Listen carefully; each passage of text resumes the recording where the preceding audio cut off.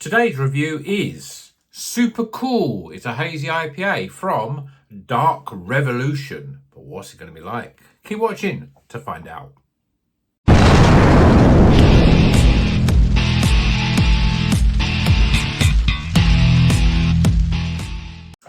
Welcome back to Rocker's Beer Review. Today we're going to Dark Revolution.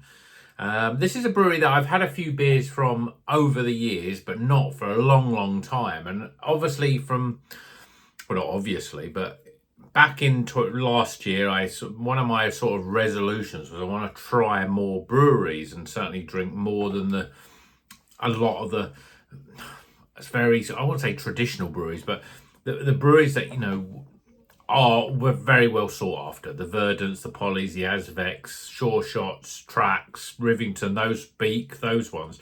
They're the ones that reel off my tongue in terms of I'm always going to try and want beers from them because they're always pretty much consistently good. But I want to try some more breweries and find some more to add to that. And I thought I'll try these. I've got two of these beers over the next couple of weeks. I don't know when I'll do the other one. I got a double IPA from them that was very reasonably priced, so I thought I'd get that. But this is a single IPA. It says it's part of their small batch series called Supercool. It's got on the cold side Citra, Rawaka, and Cohea Nelson, and on the hot side Citra and Crush. Crush is the named HBC 586. It was 586 forever, and then now it's called Crush. So that's that one. We've got barley, wheat, and oats. The brewery is based in Salisbury. So let's crack it open, get it in a glass, see if it could be the next big thing in terms of the next brewery that's going to be consistent and good. It seems like it's been a long while. I'm not getting many of these breweries are. You take one good beer from them and you think, oh, that's quite good. Let's try another one. You try another one, it's like that's not very good.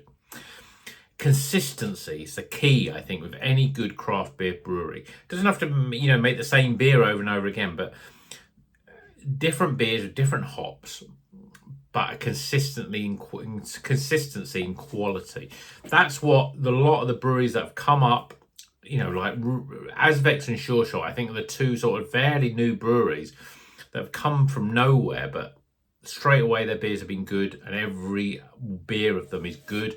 Sometimes you get them really great. But anyway, let's talk about this beer. Well, beer in a glass. This is custard territory, lovely, thick and yellow. In fact, I've just had a double IPA that was probably less custardy than this was. Two fingers, fairly compacted on top head, but fairly loose, bubbled around the side. I think that looks pretty damn good in a glass. Let's see what the aroma's like. Yeah, I'm presuming that Cohea Nelson is like a branch of Nelson Sauvin. You're certainly getting those aromas.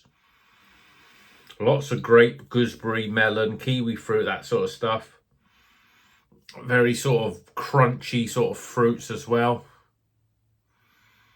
Not picking up huge amounts from anything else, but it smells pretty good and pretty inviting. So let's see what it tastes like.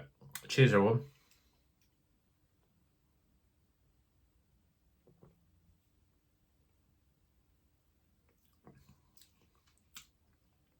It's very strong in flavour. Very Nelson-esque. Cohea Nelson. I'm not sure what Cohea Nelson is. But this is a very Nelson flavour. Citra, Crush, not really picking up much of that. Because obviously they're bringing more citrus.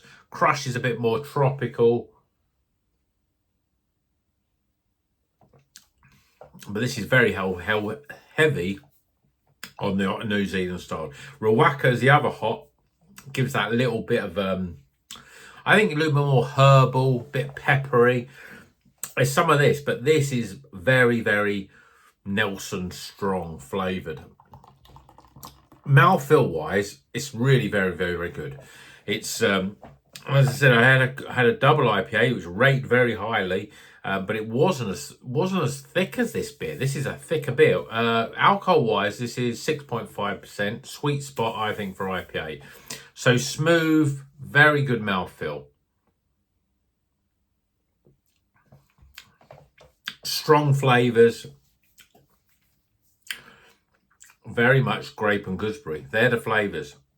Maybe a little bit of passion fruit coming through as well. That has to be the crush, I would have thought. There's a little bit of that sort of slight dank, slight lemongrassy sort of flavour.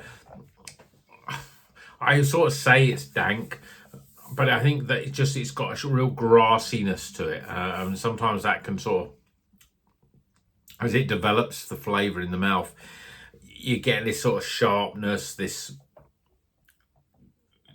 dank, over-ripened flavour, really, and that sort of hits quite high.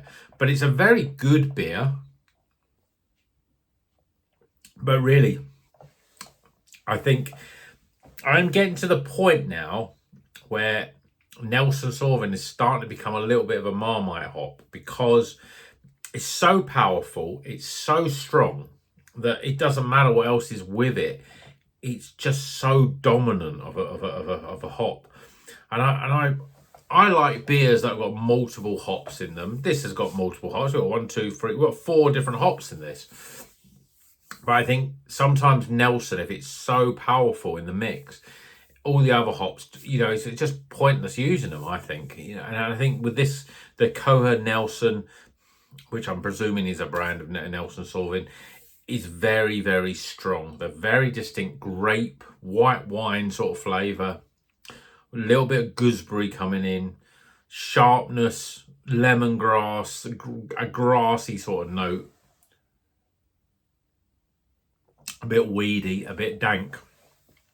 It needs a little bit, something else, a bit more higher up in the mix to just elevate it a little bit. That's what's missing.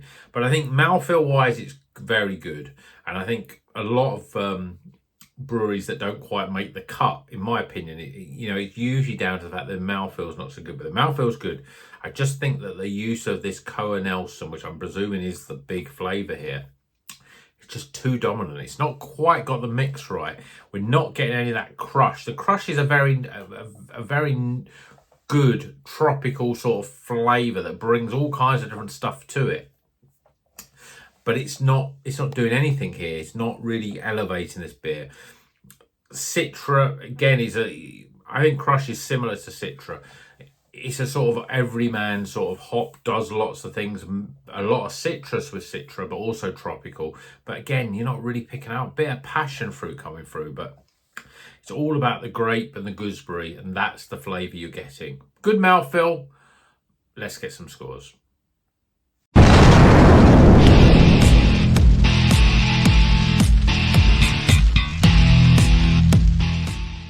Okay, the scores are in for Supercool. This is a hazy IPA, 6.5%.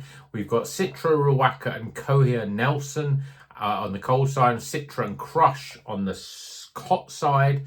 We've got all the stuff, barley, wheats and oats, 6.5%. It's not a bad beer. Mouthfeel wise is pretty good. It looks quite good. I think it's probably the hops a little bit. The Koha Nelson is too dominant in the mix, but it's still good beer. So scores, starting with aroma, appearance, flavour, value for money. They're pretty good. This was under £5. I think it's £4.80 for a 6.5% IPA. Is pretty good. And finally, my overall experience. We typed the scores up. It's a recommended beer. It's a great start. It's a high end of recommended. Total score 78 out of 100.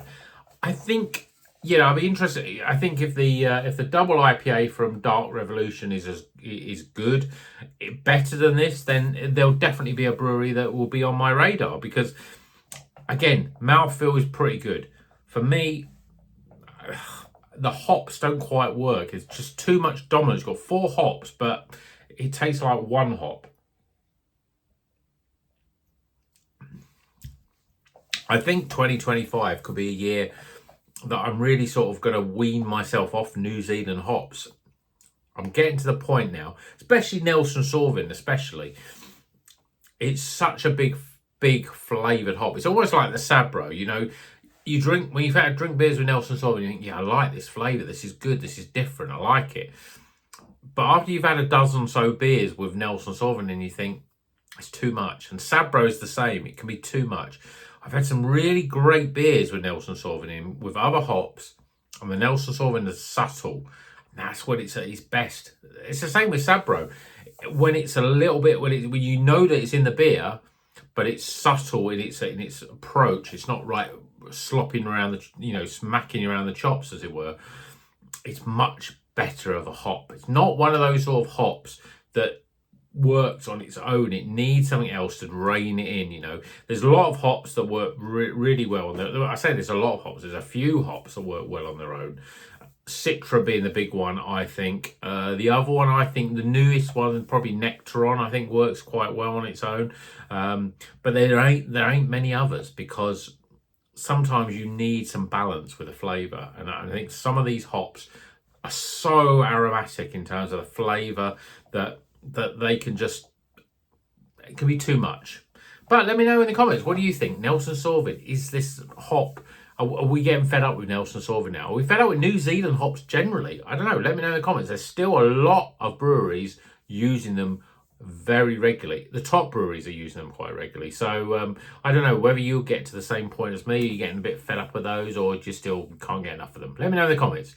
And until the next one, well, you know what you do. Like, subscribe, drink a craft beer, and of course, you know what you do. Keep on rocking.